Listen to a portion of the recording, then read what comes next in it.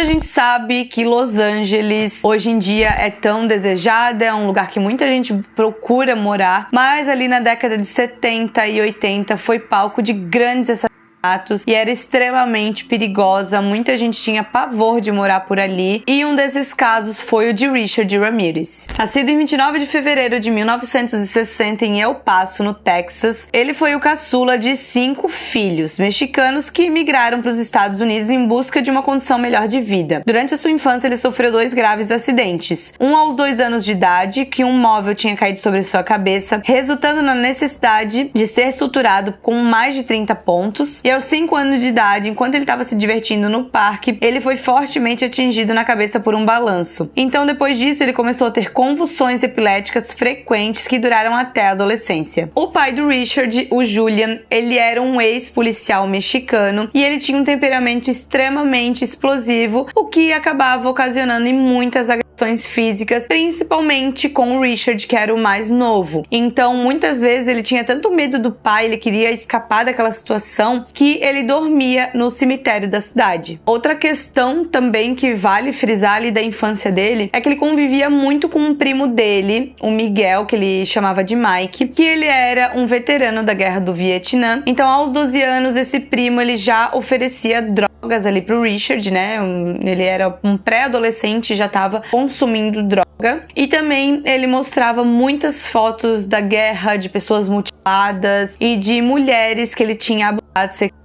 Então, assim, ele mostrava aquilo pro Richard como se fosse uma coisa legal, como se fosse algo que ele devesse se orgulhar. E justamente esse primo dele, em 1973, depois de uma briga doméstica, acabou atirando com um revólver ali a queima-roupa no rosto da esposa. E o Richard, ele estava presente nesse momento, então ele vivenciou todo esse momento ali de violência. Depois desse episódio aí traumático, o Richard, ele foi morar com a irmã dele mais velha, a Ruth, e ela já era casada. Só que esse cunhado aí do Richard, ele ficava fornecendo LSD o tempo todo pro Richard, lembrando que ele ainda era adolescente. Nessa época, o Richard não ia muito pra escola, então ele conseguiu um emprego no Holiday Inn, que era um hotel muito conhecido na época, só que para complementar essa renda dele, ele cometia vários furtos e um tempo depois ele foi demitido porque ele tentou abusar sexualmente de uma hóspede. A acusação não foi levada adiante pelo fato da vítima não ter retornado à cidade de El Paso para testemunhar contra Richard Ramirez. Depois desse episódio, ele ainda foi preso mais 2 vezes sob a alegação de posse de substância ilícita, na mesma época que ele também abandonou a escola. Depois disso, ele começou a frequentar cultos religiosos e ele despertou interesse pelo satanismo e aos 18 anos de idade se mudou para a cidade de Los Angeles. Então, depois que ele chegou em Los Angeles, ele continuava consumindo maconha, só que ele depois foi para um novo vício, que era cocaína. E para sustentar esse vício, ele começou a furtar carros e ele pegava todos os itens que tinham dentro do carro para revender para outras pessoas, para conseguir dinheiro para ficar alimentando esse vício. Nessa altura aí do campeonato, o envolvimento dele com o satanismo já tinha crescido e ele era um membro da Igreja de Satanás. Ele tinha passado alguns meses na prisão por causa de furto de veículos, só que depois ele voltou às ruas. Até que em 28 de junho de 1984 ele faria a sua primeira vítima. Richard entrou na casa de Jenny Wilco, uma senhora de 79 anos, e acabou estupendo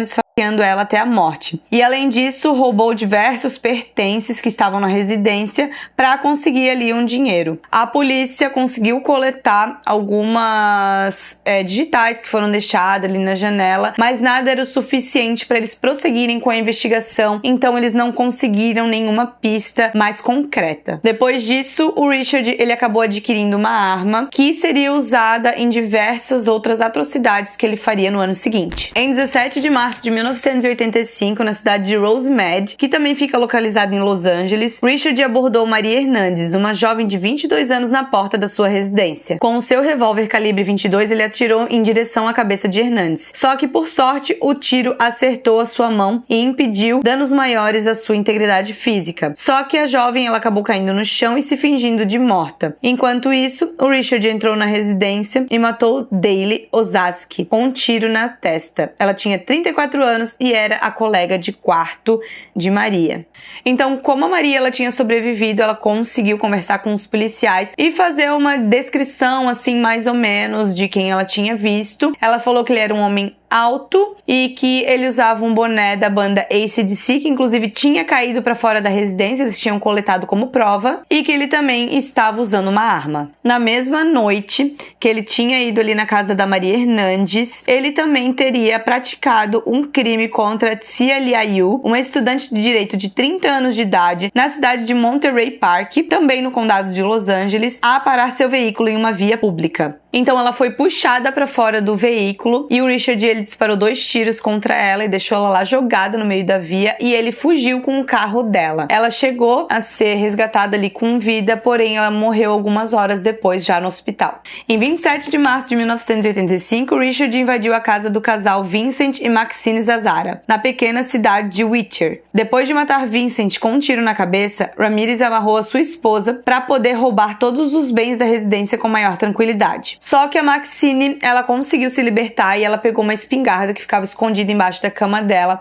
e ela tentou atirar no Richard, só que infelizmente a arma estava descarregada e depois disso ele se irritou extremamente e matou ela sem nenhuma piedade. Os corpos foram encontrados pelo filho do casal e a polícia no meio disso estava totalmente desesperados porque, como ele não tinha um modus operandi, as vítimas eram muito diferentes uma da outra, o modo de abordagem dele era muito diferente, então eles não acreditavam que fossem um serial killer, eles achavam que era tudo uma grande coincidência, porque até então eles entendiam que um serial killer tinha um padrão na ação deles, então nesse caso não tinha, então isso dificultou muito a investigação da polícia. Em 14 de maio de 1985, em Monterey Park, o Richard entrou na casa de 2 idosos, William e Lillian Doi. O William foi executado na cama. Depois disso, ele foi roubar todos os pertences do casal e a Lillian, que tinha necessidades especiais, foi estuprada e espancada, mas teve sua vida poupada. Então, ela foi capaz de descrever as características físicas de Ramirez. E quando o Richard saiu, ele acabou deixando uma pegada no jardim do casal Doi. E isso foi crucial para que eles percebessem que sim, se tratava de um serial killer, porque eles já tinham achado essa mesma pegada em uma cena anterior de crime. Só que eles não tinham divulgado isso ainda para a imprensa. Em 29 de maio de 1985, as vítimas foram Malbel Bell, de 83 anos, e a sua irmã Florence Lang, de 81 anos, na cidade de Monrovia. As duas foram agredidas com um martelo. Ele também desenhou pentagramas no corpo das vítimas e também na parede do quarto delas. A Florence, ela chegou a ser reanimada pelos paramédicos e sobreviveu, porém a irmã dela infelizmente já havia falecido. E nesse momento o pânico ele já tinha tomado conta ali de Los Angeles, né? As pessoas estavam trancando portas, janelas, estavam com medo de sair, e o jornal já tinha chamado ele de Night Stalker, o perseguidor noturno, porque ele sempre agia de noite. Então assim, as pessoas estavam em pânico e a polícia completamente perdida. Na noite de 30 de maio, Carol Kyle, de 41 anos, acordou com uma luz de lanterna no seu rosto. Era Richard Ramirez. Ele a amarrou e a estuprou enquanto seu filho também estava amarrado e preso no armário. Depois disso, ele foi embora e ele acabou poupando a vida da Carol e do filho. Só que depois disso, a Carol conseguiu ligar para a polícia e ela conseguiu dar características melhores do perseguidor noturno. E ela comentou que ele era um homem alto, que ele era moreno e que ele tinha aparência hispânica. Só que as barbaridades dele continuaram acontecendo, várias mortes, estupros e muitos roubos ali ao redor de Los Angeles. E ele começou então a deixar um certo padrão ali que a polícia começou a observar. Então ele chegava no local, geralmente se tivesse homem e mulher, ele matava primeiro as vítimas do sexo masculino, poupava a vítima feminina, fazia o roubo, tudo que ele queria na casa, mas no final ele acabava também matando a vítima feminina. Um retrato falado foi divulgado pelas autoridades e a população comprava cães de guarda e muitas armas para tentar afugentar o perseguidor noturno. No dia 8 de agosto, Richard matou Evas Abawaf com um tiro no crânio e estuprou sua esposa, Sakina Abawaf, na residência do local. Após esse ataque, Richard decidiu sair de Los Angeles e levar a onda de crimes para São Francisco, onde não demorou para fazer novas vítimas, Peter Pan e sua esposa Barbara Pan. Peter morreu com um tiro na cabeça e Barbara após ser estuprada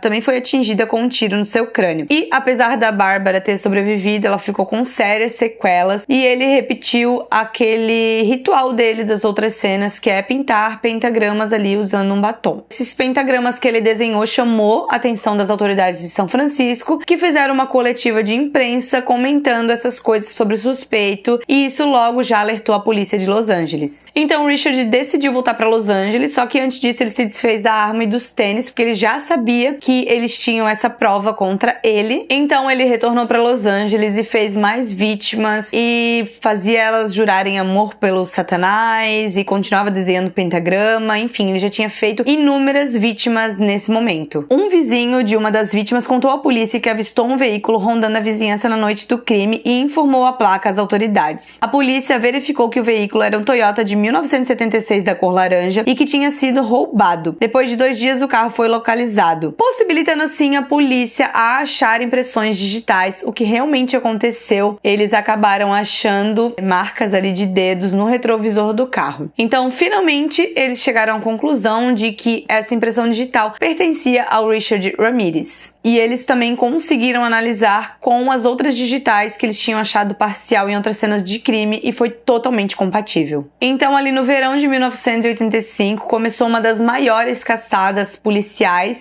No momento ali, né, eles já sabiam o rosto dele, o nome, então era o momento de pegar ele o mais rápido possível para que não fizesse novas vítimas. Só que nessa altura, o Richard não estava sabendo que o rosto dele estava sendo divulgado, porque ele tinha ido para o Arizona visitar alguns parentes. Até que um funcionário da empresa de ônibus que o Richard tinha comprado passagem ligou para a polícia, disse que tinha reconhecido ele e comentou que ele tinha comprado passagem de ida e volta para Phoenix. Então a polícia ela montou um cerco ali pela rodoviária só esperando o Richard aparecer, até que uma funcionária ali da rodoviária, quando ela viu o Richard, reconheceu, ela começou a gritar: "O matador, o matador". E isso fez com que o Richard se tocasse do que estava acontecendo e começou a correr, e aí começou a maior perseguição atrás dele. Ele tentou roubar o carro de uma moradora ali da região para ajudar ele nessa fuga, só que os moradores conseguiram conter ele até a polícia chegar perto e finalmente o Richard Ramirez tinha sido preso. Então, depois da prisão, o Richard ele invocou seu direito de silêncio e em momento algum do julgamento ele demonstrou arrependimento por nenhum dos seus atos. E também no momento ali do julgamento, eles iam passando as fotos das vítimas, falando dos fatos ocorridos,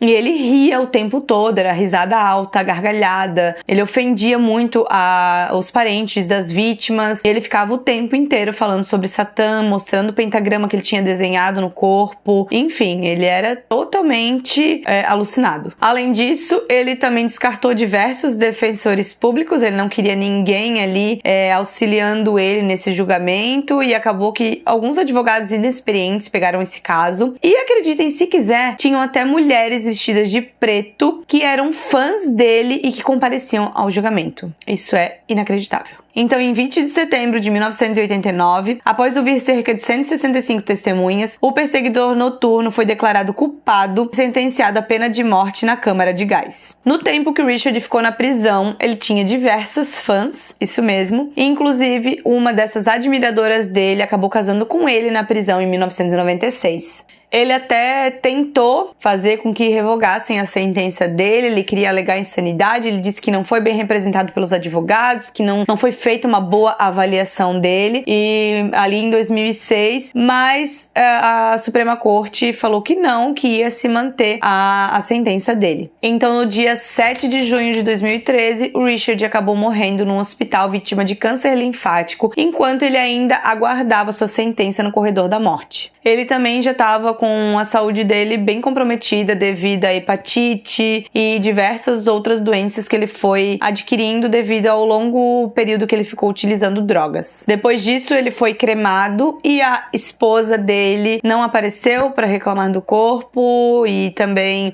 faziam já 3 anos que ela não visitava ele, então ficou por isso mesmo. E esse foi o caso de hoje, o caso do perseguidor noturno. Não esqueçam de curtir, de comentar, que isso ajuda muito na entrega do meu conteúdo para quem gosta desse tipo de vídeo, de casos de crimes reais não solucionados, coisas bizarras e sobrenaturais. Então, se você chegou até aqui, não se esqueça de dar o seu like e também comentar o que você achou desse vídeo, se você já conhecia esse caso, e também se você tem alguma sugestão de outro caso para eu estar trazendo aqui, ou coisas sobrenaturais legais e bizarras, deixem aqui a sugestão de vocês. E é isso, a gente se vê no próximo vídeo.